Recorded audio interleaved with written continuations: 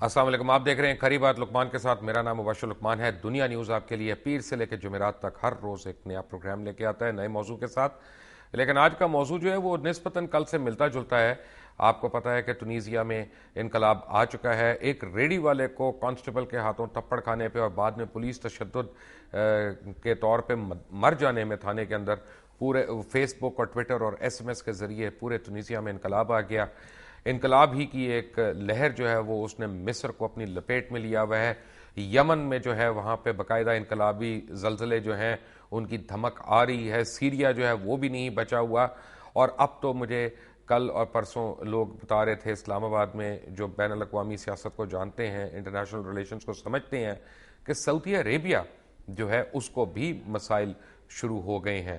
اور کیا کہتے ہیں، no less than the vice president of United States of America Joe Biden, انہوں نے کہا ہے کہ یہ مصر سے لے کے پاکستان تک سب کو اپنی لپیٹ میں لے سکتا ہے. مسلم ممالک میں یہ جو انقلابی ایک لہر آ رہی ہے، اب پتہ نہیں یہ انقلاب ہے یا اس کو خانہ جنگی کہیں گے.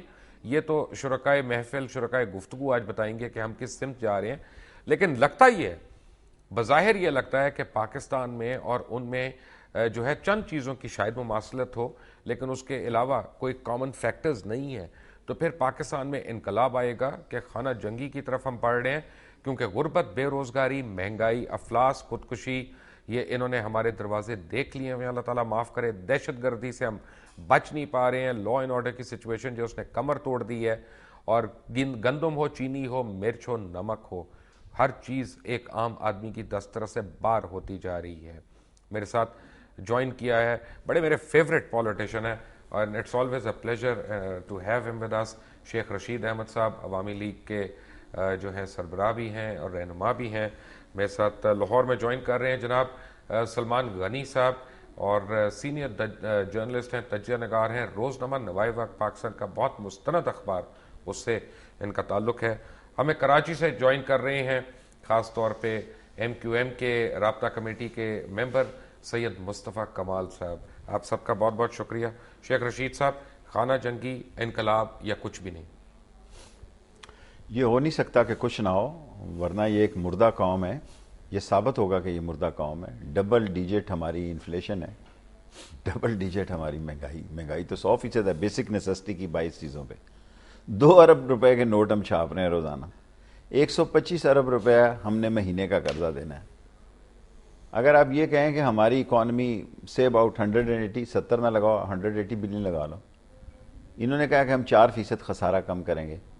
بیسیکلی یہ 5ویں ٹیم بھی ناکام ہو گئی ہے. دنیا میں لڑائی ہو رہی ہے اکانومی کی، بھوک کی، ننگ کی، افلاس کی. The only difference between these country and Pakistan is کہ یہاں 2 چیزیں مثبت ہیں. ایک سپریم کورٹ جس کے فیصلے سے لوگوں کو سکون ملتا ہے، and the other is the media. دونوں چیزیں سے حکومت بڑی تنگ ہے، لیکن دونوں چیزیں جب رات کو آدمی چینلز دیکھتا ہے، اس کو تھوڑا سا سکون ملتا ہے کہ اس کی زبان کوئی نہ کوئی اس کے خیالات کو پیش کر رہا ہے. کوئی انویسٹمنٹ نہیں ہے اس ملک میں، کہاں جائے گا نوجوان؟ ان فیکٹ اربن ایریا میں سول صورتحال اس قدر خراب ہے کہ 7 کی گلی میں جا کے لوگ پیسے لے رہے ہیں. یہ میں بار بار کہہ رہا ہوں، لوگوں کو اس کا اندازہ نہیں ہے. جب تک کسی بڑے آدمی کا بیٹا نہیں اٹھایا جائے گا، جب تک کسی بڑے آدمی کے بیٹے کا تاوان، اس ملک میں ایک انڈسٹری لگ رہی ہے، باقی انڈسٹریوں کی صورتحال آپ کے سامنے ہے. میں 12-15 ادارے ہیں جو جاب دیتے ہیں. 100 یا 100 سے کم یا $1 اوپر بیرل پرائس جا رہی ہے آئل کی. ہم کہاں کھڑے ہیں؟ ہمارے ہاں جو اکانومی ہے وہ انڈر انفلنس ہے، اسے موسٹلی انفلنس ایجنٹ چلاتے ہیں. انہوں نے یہ مسائل نہیں دیکھے. چند کتابیں پڑھ لینے سے یہ کہہ دیتے ہیں جناب علی کے ریونیو. ایک فضا نہیں بن رہی اس ملک میں ریونیو کے لیے. ایک حالات اس نہج پہ ہیں. لوگ کہتے ہیں جی کون نکالے گا؟ یہاں بھی انٹرنیٹ نے نکالے ہیں، یہاں بھی فیس بک نے نکالے ہیں. اور انہی حالات میں لوگ، یہ ساری بوگس، نااہل، نکمی، نکارا، کرپٹ، ڈسآنر، سلگش لیڈرشپ، اس کو لوگ اس سڑکوں پہ نکل کے ختم کر سکتے ہیں. پرابلم یہ ہے سلمان غنی صاحب کہ پرسوں میں پرائم منسٹر آف پاکستان کا انٹرویو کر رہا تھا، اور یعنی بڑے حلیم طبع انسان ہے بہرحال وہ، لیکن ایک بات کا مجھے حیرانی ہوئی کہ کافی جو ریالٹیز آف لائف ہیں ان سے وہ انکار کر رہے تھے. اب وہ ان کا کہنا یہ تھا کہ آپ کو نہیں پتا، مجھے پتا ہے، آپ کو پتا ہے اور مجھے پتا ہے، آپ بھی ایک چیف رپورٹر ہیں اتنے بڑے اخبار کے، کہ آپ کا بجٹ جو ہے وہ اس حد تک پہنچ گیا کہ اب آپ بینکرپسی کی طرف جا رہے ہیں کو 4 سے 6 ہفتے کے دوران. وہ کون سی ایسی چیزیں ہیں جن کے اوپر یہ لوگ اتنے خوش ہو رہے ہیں کہ نہیں سب ٹھیک ہو جائے گا، سب ٹھیک ہو جائے گا، ٹل جائے گا؟ یہ کون سا شعبہ اس ملک کا ہے، صحافی سمیت، وکلاء سمیت، ججز سمیت، ڈاکٹر سمیت، نرسوں کا سمیت، کہ جو باہر نہیں نکلا ہے اپنے مطالبات منوانے کے لیے؟ مبشر صاحب، میں شیخ صاحب کی بات کو آگے بڑھاؤں گا. انہوں نے کہا کہ جی 2 ادارے ایسے ہیں، پاکستان کی عدالت عظمیٰ، پاکستان کا میڈیا. بلکہ میں تو یہاں تک کہوں گا کہ چونکہ پاکستان کے اندر آج اپوزیشن نہیں ہے اور وہ ناخوشگوار فریضہ پاکستان کے میڈیا کو ادا کرنا پڑ رہا ہے. اور جن حالات کا آپ نے ذکر کیا ہے، بات یہ ہے کہ انقلاب یا انارکی، انقلاب تبدیلی کا نام ہے، ہم نے اسے خون کے ساتھ مشروط کر دیا ہے. دیکھیں اسٹیٹس کو نہیں رہنا. آج پاکستان کی پولیٹیکل فورسز، آپ نے کہا کہ پرائم منسٹر صاحب خوش ہیں، آپ نے ان کی ٹانگیں بھی دیکھنی تھی کہ اوپر سے مسکرا رہے ہوتے ہیں، ٹانگیں کانپ رہی ہوتی ہیں. ایک ریمنڈ ڈیوس کا مسئلہ جو ہے آپ دیکھ لیں کس پہ ڈال رہے ہیں کہ فیڈرل گورنمنٹ بھی، پنجاب گورنمنٹ بھی، کہ جی عدالت فیصلہ کرے گی. اس لیے کہ پاکستان کے اندر آج امید اور آس پاکستان کی عدالت عظمیٰ سے ہے، اور پاکستان کی وہ عدالت عظمیٰ جسے پاکستان کے عوام نے، میڈیا نے، سول سوسائٹی نے، وکلا برادری نے جیسی تیسی جدوجہد کی، آزاد کروایا. پولیٹیکل پارٹیز کا اتنا رول نہیں تھا.